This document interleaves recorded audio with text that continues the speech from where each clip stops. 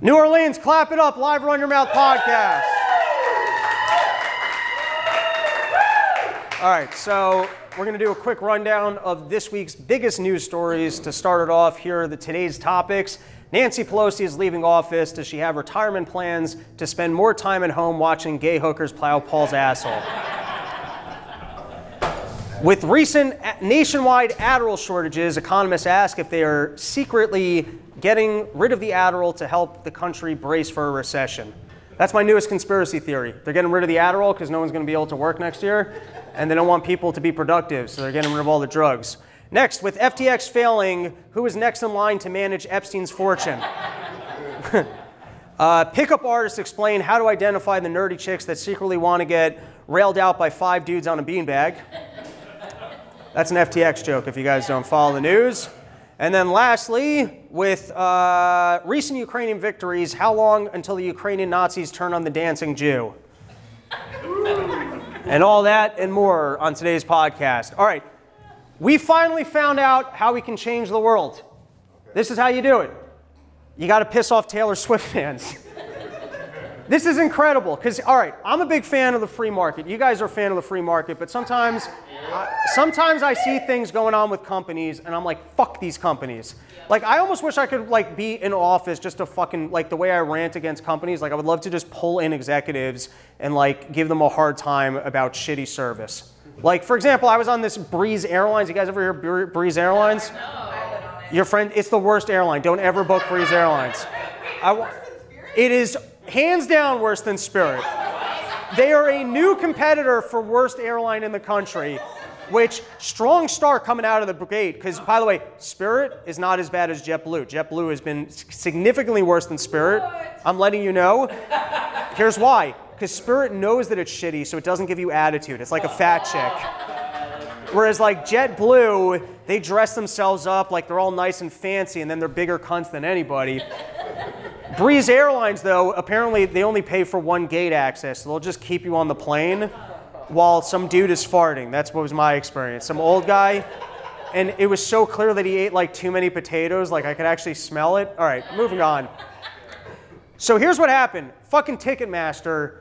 I mean, these guys pulled the greatest scam because what they do is they put tickets on sale and then they very clearly put most of the tickets onto like secondary websites where they're making the profits.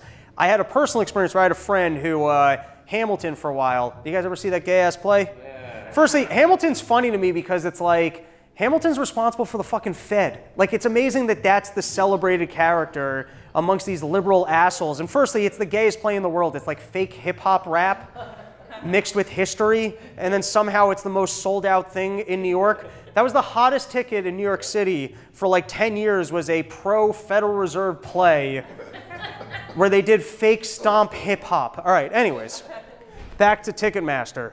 So Ticketmaster, my friend, he like was scalping tickets and making a shit ton of money scalping tickets. Ticketmaster found out that he bought too many tickets from one IP address. They took back all the tickets, but they don't make it available on the regular market. They then sell it on their premier ticketing platforms that they can scalp the tickets. So that's what they, so in other words, they are now in the business of essentially scalping tickets. They don't make all the tickets available for events, and they put it up on the secondary market. Ticketmaster, as far as I can tell, they are the scalpers now. Yeah. So Taylor Swift tickets go on sale, and you got all these fucking Taylor Swift fans. And, well, these are the liberal assholes that we have to somehow, like, we need these people to run out of heat. We got to send them over to Germany this winter so that they actually go fuck this Ukraine war. These are the people that make a difference in our culture because the Taylor Swift fans, you know, they have nothing to do with their lives. So they're in the fan clubs, they're there early, they're on the lines, they got the passcodes, and then they found out that the tickets weren't available, and then they were instantly available for like fucking $35,000 on the deal sites. And so they went nuts. They went insane. And by the way, here, this isn't just me saying that the power is in the hands of the gays. This is from Patch.com. Ticketmaster has no idea what they have done. They pissed off 2+ generations of girls, gays, and theys this week.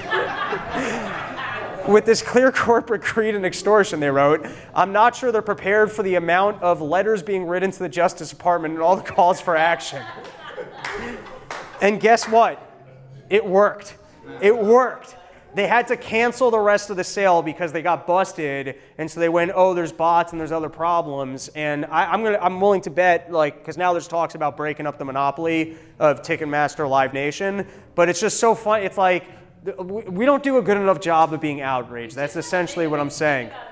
Yeah, we got to be better at being gayer. That's the problem, is that we're like, yeah, you guys get it. All right. Next big news story of the week is Speaker Pelosi says she will step down as party leader after 2 decades at the top. And of course, it's because they won't give her stock picks anymore. So she has no reason to stick around. She was realizing she made her money. And also, what